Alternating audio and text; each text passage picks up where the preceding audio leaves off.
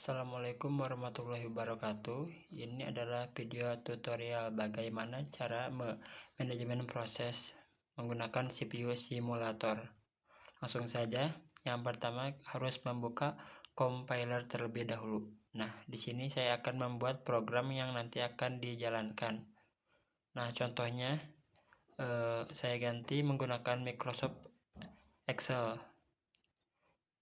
Nah, di sini programnya dengan variabel PR yang bernilai 0 yang nanti akan di looping dengan membuat variabel baru yang nanti akan ditambahkan.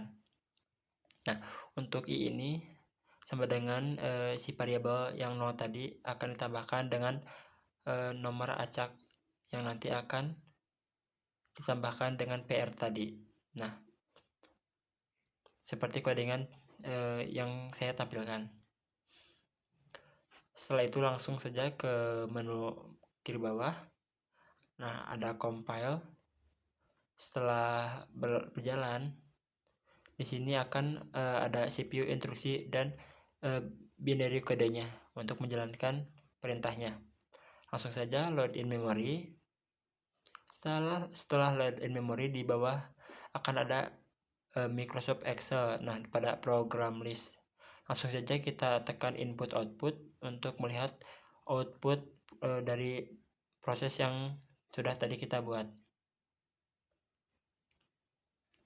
Langsung saja kita akan membuka OS simulator. Nah, kita buat full screen. Di sini kita akan menjalankan program yang sudah tadi kita buat sebanyak 3 kali. Nah, dengan mengklik program yang tadi sampai keluar 3 program di dalam ready prosesnya. Nah, setelah selesai pada CPU speed kita kurangi menjadi 1 saja. Nah, tekan views, lalu kita buka menu view process stats. Setelah itu kita buka OS control, lalu kita jalankan. Kita akan membuka konsol dan juga proses statis yang sudah tadi kita jalankan. Nah, kita lihat bagaimana kira-kira waktu yang perlu dibutuhkan oleh program Microsoft Excel tersebut.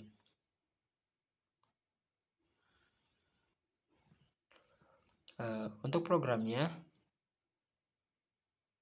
hampir selesai. Nah, setelah selesai kita minimize saja.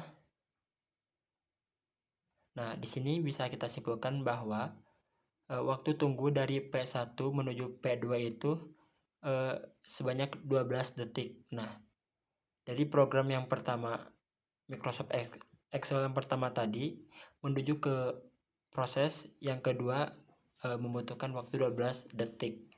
Begitu juga dengan proses Microsoft Excel yang ketiga, dari yang kedua menuju yang ketiga itu membutuhkan waktu sebanyak 23 detik.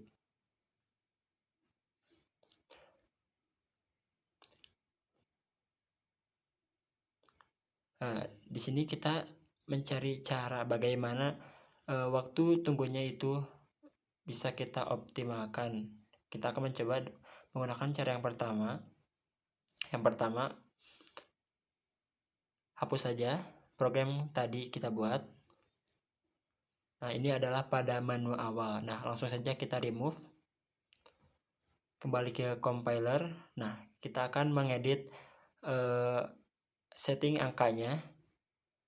Saya ambil menjadi angka 12.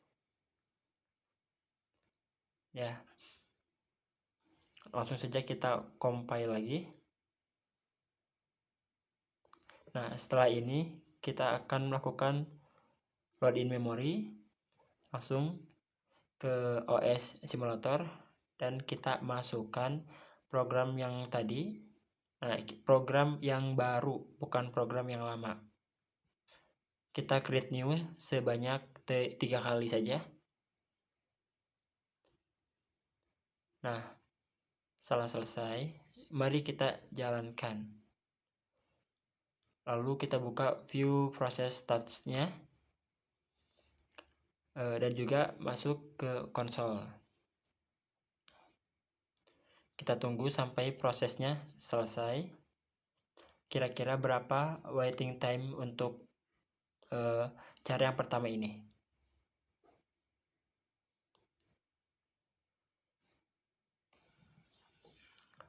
Nah, kita tunggu sampai selesai.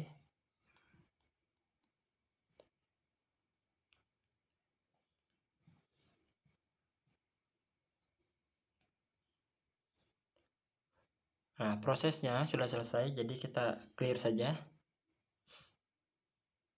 Nah, kita minimize dan kita lihat data yang terbaru. Nah, ternyata waktu yang sudah terlihat di sini, waktunya menjadi lebih lama untuk yang P3-nya. Yang berarti setelah kita mengganti angka loopingnya, itu mempengaruhi waktu yang diperlukan untuk menjalankan aplikasi program yang sudah tadi kita buat.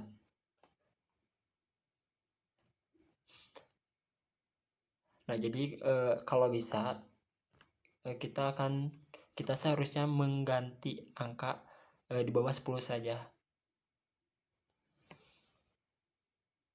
Nah, kita gunakan cara yang terakhir. Nah, untuk yang kedua, kita akan mengasih delay prosesnya. Nah, sebanyak 3 detik saja. Nah, setelah berjalan dan selesai, untuk yang pertama ke yang kedua itu akan menggunakan waktu sebanyak 3 detik. Nah, dan ini untuk yang keduanya. Setelah P kedua terbuat, nah kita akan mengedit P3-nya, dan kita akan memasukkan kelipatan waktu yang tadi karena tadi 3 sekarang berarti menjadi waktunya 6 detik. Kalau bisa jangan menggunakan angka yang sama, kalau bisa ya angka seperti kelipatannya saja.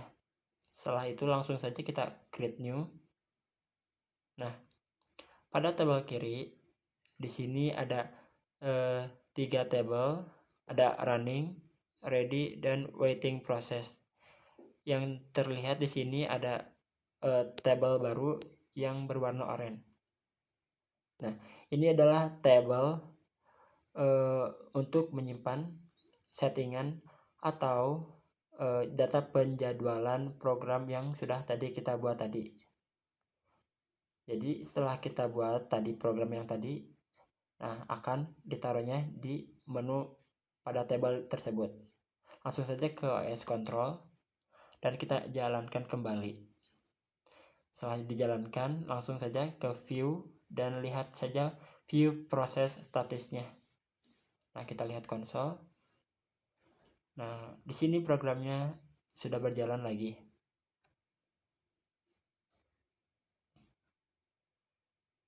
Kita tunggu.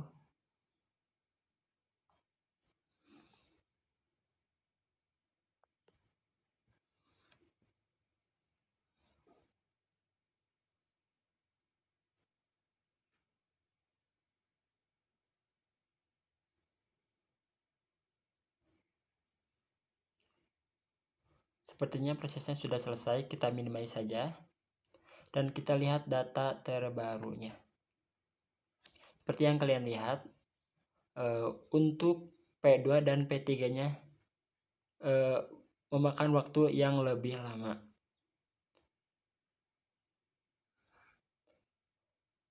Dan waiting prosesnya semakin lama ya. Dan ini berpengaruh pada memori ataupun CPU yang kita gunakan pada komputer atau laptop yang kalian gunakan. Nah, jadi semakin cepat CPU Anda semakin bagus, maka waiting waktunya ya akan semakin cepat.